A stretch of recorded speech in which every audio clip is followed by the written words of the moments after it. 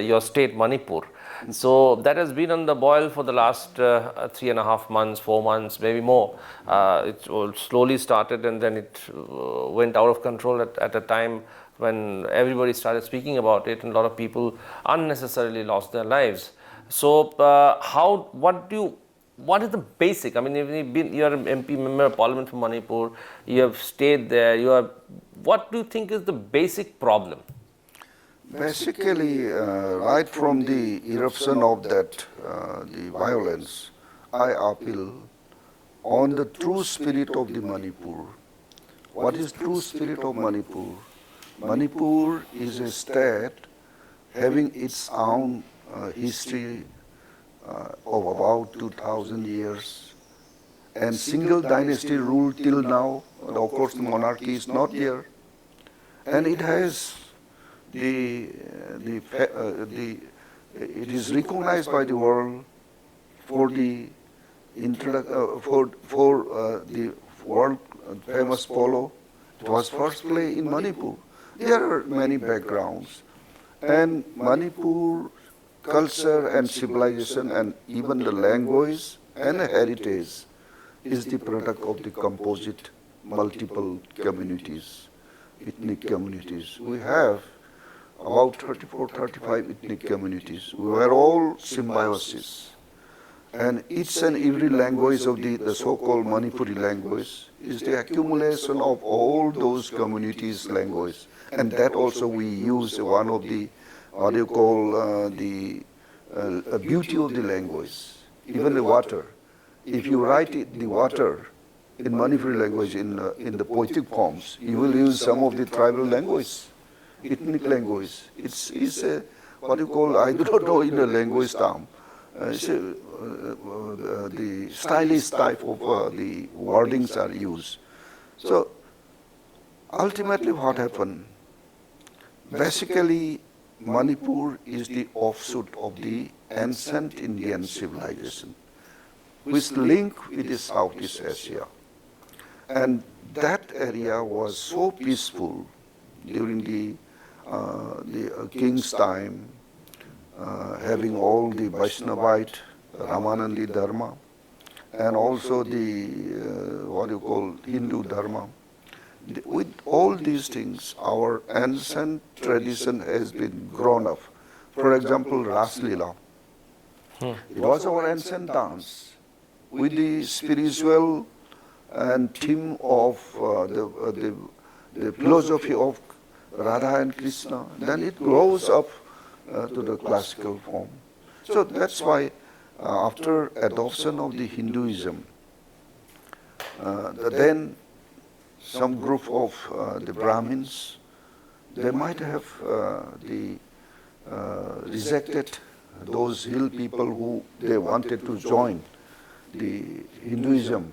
That time Brahma Sabha was there, and they charging high. That time currency is very costly, materials are cheap, and that time they cannot afford. They were not satisfied. Those ancestors of the hill highlanders. And then ultimately the Westerners are coming, the Americans, the baptizing peoples coming, and they started first to Manipur, Imphal Valley. That time the climax of Hinduism is there. So no one was accepted except one, Mr. Ango, his name is. He is the cook of the American the Pettigrew. He spread, he convert the hill tribes peoples into Christian. Okay. So, after that, the beliefs is different. And that's how the ethnic stripes start. Yeah, the hill peoples are almost converted to Christian. Valley are confined to the Hinduism. Then some way of untouchability type of thing has evolved. And that was the relief was given. And ultimately, when the British come, then again they separated the hill administration by the Darbar.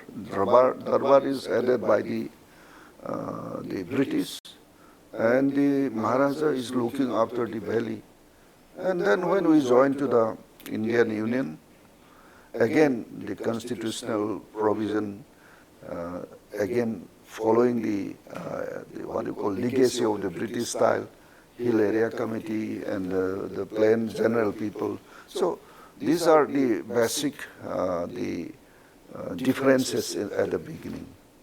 And ultimately what happened, the Maharaja of Manipur have a military alliance with the British, and when they occupied the control on forming of the British India, they occupied the Burma also. Though generally the current ethnic who is conflicting with Manipur is basically they originated from the Burma. And they were allowed by the king on the request of the British to settle in Manipur, pass wave of those groups, and that we call it all Kuki. All means Purana. Okay. And they were all assimilated with the system and lifestyle and culture of Manipur. They are as if Manipuri, original Manipuri. Otherwise, Naga and Meiteis are the original settlers. And then they came it, then assimilated with us. We were so happily contributing each other and forming the modern Manipur. Then of course, India got independent in 1947, Burma got in 1948. The the Prime Minister Unu was dethroned by what's that? General. Nevin of Burma. General Nevin dethroned. The army rules was imposed, and then he ruled for about a decade. During that decade, ethnic lynching was there. Non-Burman groups were driven out. All the Indians, Tamils, Bengalis, and even Meiteis and Assamese were driven out from Burma during that 60 to 68 or 69 period. And that was the huge, the migrants were pushed to Indian soil. And that time, Punjabis, Bengalis, and Tamil, only Tamil, some Tamil groups and some Punjabi groups are stationed in Tamu, More town, in the border town of the Manipur. So, along with that, many of the Kukisins were also driven out, and they settled it to Churasanpur. And the name Churasanpur, how it gives, there was no settlement at that time, only some Meiteis were settled in the Kurga Valley and others. Before the Kukis are settling to that place, the Meiteis are the settlers. The name itself is given after the visit of Surasan Maharaj. Okay. When he visited that site, the name was given Churasanpur. And that is the historical background. Then ultimately, those Kukisin brothers and sisters who were driven out from the Myanmar was settled in Surasanpur and Tenupal area, Chandel area, and that too, no problem. We are all assimilated. And nobody is aware that in the far-flung area where the administration could not effectively reach there, they were settled. Then during the 1980s, the pro-democracy movement started Aung San Suu Kyi, and many again driven out, including the Burman group. Those Burman group were returned to their Myanmar, and some has changed their nationality, citizenship has changed to some other country, but those Kukisin brothers and sisters who were also driven out from that, other ethnic communities, Karen, Kachin, Sans, were also driven out. All those students who are involved in the pro-democracy movement, they rushed to us. So many of them returned back, but the community, particular community, is not back. They are also there. But up to that, the saturation level, I presume that the illegal migration saturation is already saturated. Saturated. Then in 2020-21, again the Myanmar politics has again coup by the British army. And that time, against the military authority. And these groups, these ethnic groups, were attacked to the Myanmar army groups, and they operated and passed out. They were run inside India, with all these sophisticated arms. Perhaps you might have seen in Chittagong and Chin Hills, they have their own the platform, they create, they train, everything is there, no? So that is the things. You know, Manipur geographically is a unit one unit. It cannot be separated. All are hills. More than 92% is a hilly terrains. Only remaining 8% is so-called plain. It's an intermountain plain. You cannot compare with the Ganga Basin or Brahmaputra Basin. It's a small hillock plain.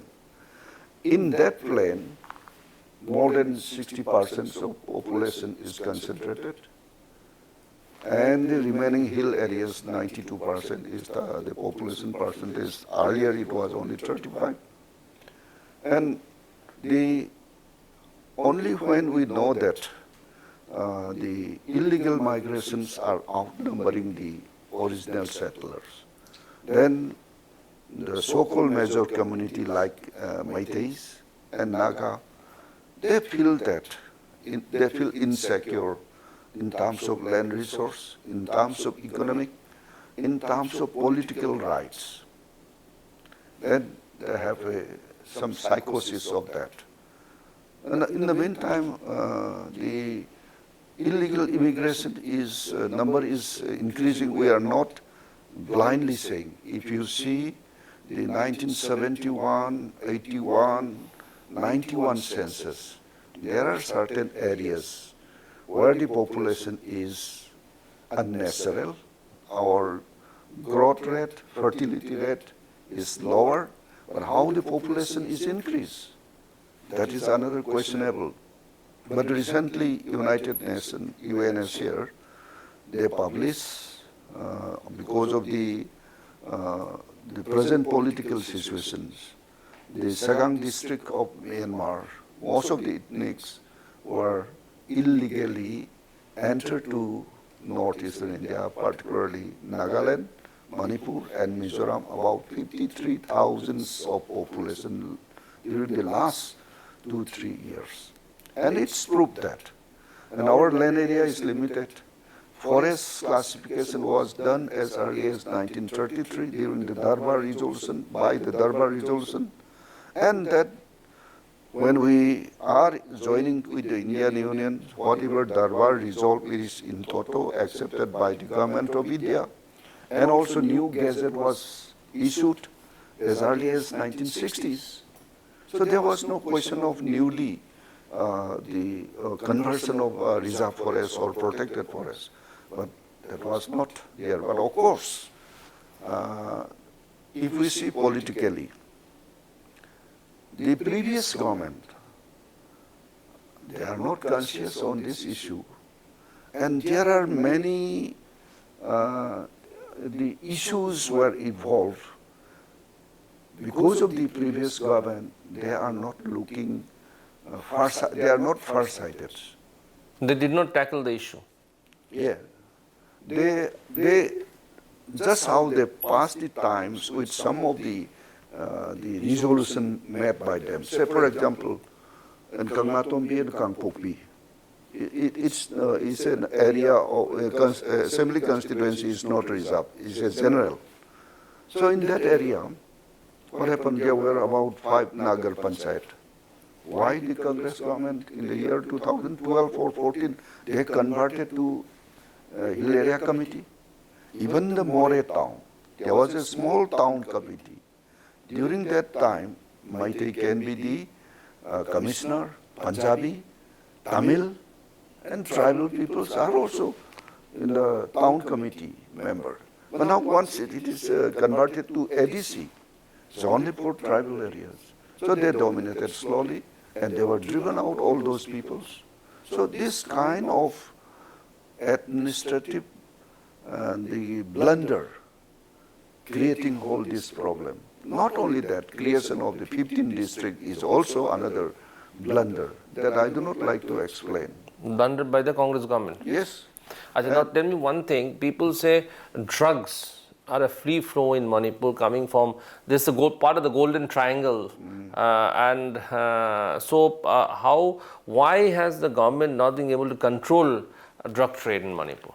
Actually, in some of the publications by some journalists already mentioned that 10% of the Golden Triangle drugs was shifted to Northeast India. And also, earlier Northeast India, including Manipur, is a drug peddler's route. Now it's transformed into hub of drug manufacture. And for that, those illegal immigrants, their source of earning is the poppy plantations. And there was some economic intelligence also published 3-4 months ago. A huge amount was encased in the region, particularly Nagaland, Mizoram or Manipur. So from where source that money is coming and for what purpose it was engaged within the shortest possible time, whether that amount is used for poppy plantation or to the current ethnic violence. And these are some of the things which has to be critically observed and analyzed. So that is part of the drug thing. So do you think the government has done enough to stop the drug menace? We need a strong policy. It should be policy-based, control system should be there. Of course, we have national level, the many narcotic bureaus, national bureaus, they have all the rules and regulation. Even then, in a specific state like Manipur, the state should have certain kind of policy. And that has to be, of course, they all are human beings. They have to be rehabilitated or transforming the poppy plantation to other economic plantation or value-added production should also be created. In the meantime, the illegal immigration should also be filtered. So you have a very porous border between Myanmar and India. So anybody and the terrain is very, very difficult. How do you control border human smuggling across the border? How do you control infiltration? That's why border management should be strengthened. And on the other hand, there are many agreements between India and Myanmar, and also international law provide that at least some about 16 kilometers in and out are permissible to move. And also they are the same ethnic community is a transboundary population issues. The same site is also the same ethnic community, this site also same ethnic community. They are intermarriages also culturally they are joining. So the main factor, what I assume is that the political environment of our neighboring country is not hospitable. On the other hand, India as a democratic country is a hospitable. Every citizen has every right constitutionally protected. So on the other hand, those sites are not properly the human rights or political rights or are not so conducive to the citizen. So they are pushed out from that area. And coming this side. We are calling, I think we are. You are inviting them over to because of the Indian democratic system. So one thing that I lastly want to ask you here, because a lot of people have heard a lot of theories about Manipur. So what is the way forward peace formula for Manipur at the moment according to you? What is the peace formula for Manipur in short? I already mentioned that Manipur, the so-called Manipur, the present territorial boundary of Manipur is a natural single unit. It cannot be separated. It is adopted with the people who are settled right from the early beginnings, So it's no ADC, no differential. No separate is there. Administration. No, it's not the way to solve it. So what's the solution? Solution is that the spirit of Manipur should be revibrated, and also the rules and regulations of the government, particularly about illegal migration and others, drug plantation, that has to be strengthened in a proper way. And all the state machineries, including the census operations and the issue of Aadhars, should be in the proper way, not in the proxy or not in the duplicacy. And even all the electoral rolls should also be recast. And that is the way how to control the growing issues. But on the other hand, my best simple the idea is that to bring back the peaceful Manipur, we should always remember the spirit of Manipur, and idea of India has to be appreciated. And this is the only the point, and that has to be considered as a focal point to bring peaceful to Manipur. Lastly, it is very unfortunate that your house was attacked and portion of it was burned down. You lost a lot of very important books and many other things. When do you plan to rebuild your house and bring it back to its lost glory? Yes, I feel emotion, the attack by the group of my communities. Perhaps they are politically biased or maybe jealous. One time, of course, I am not a seasoned politician. I just from my professional then joined to politics, and the people give the confidence with me, and with that confidence of the people, I participate in the Indian politics, and I participate at the national level. There are certain political parties who are biased. Particularly to me also. They thought that, oh, he is a mere registrar of the university, and how he comes to the ministerial level. That is their assumption. But I would like to appeal to all the people of Manipur. At least the people of Manipur, particularly the youths and politicians, should have the guts of self-respect. If the people who are in the politics and who are in the age group, if they do not have the self-respect among ourselves, then that is not the symptom of civilization. They should remember that.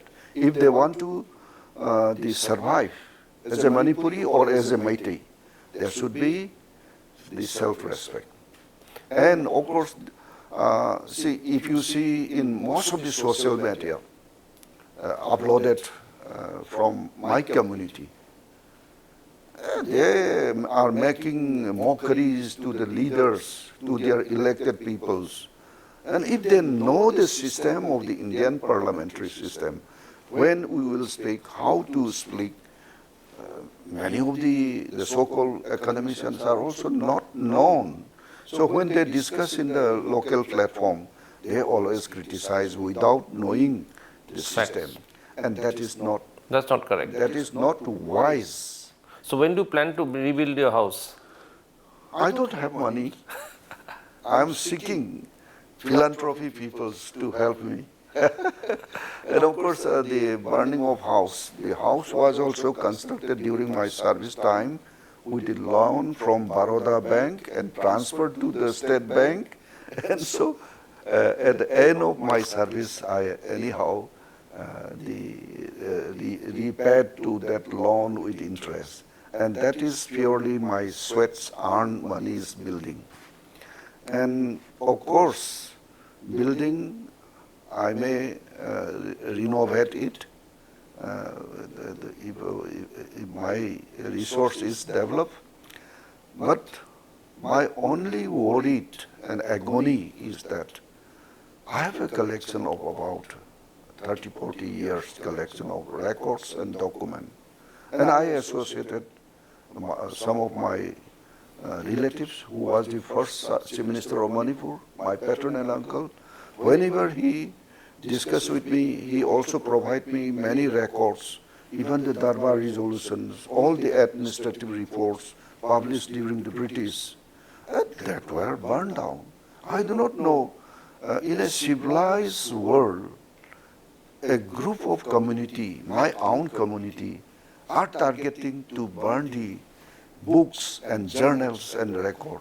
And this is not the way, and this is not the character of a civilized community. Absolutely. So I appeal my younger generations, younger groups, at least if we want to show the community as one of the civilized and also having historical background, and also the place of the world famous polo is there, and also the one of the mega biodiversity of the area. So if we want to have and stand by our own foot and participating with the empowerment of ourselves, book is compulsory, record is compulsory, journal is compulsory, reading is at most it should be done. But majority of the peoples are all the easygoing, in a sense, they want to spend their life easily. Please don't forget to subscribe our channel and also click the bell icon to get the latest updates.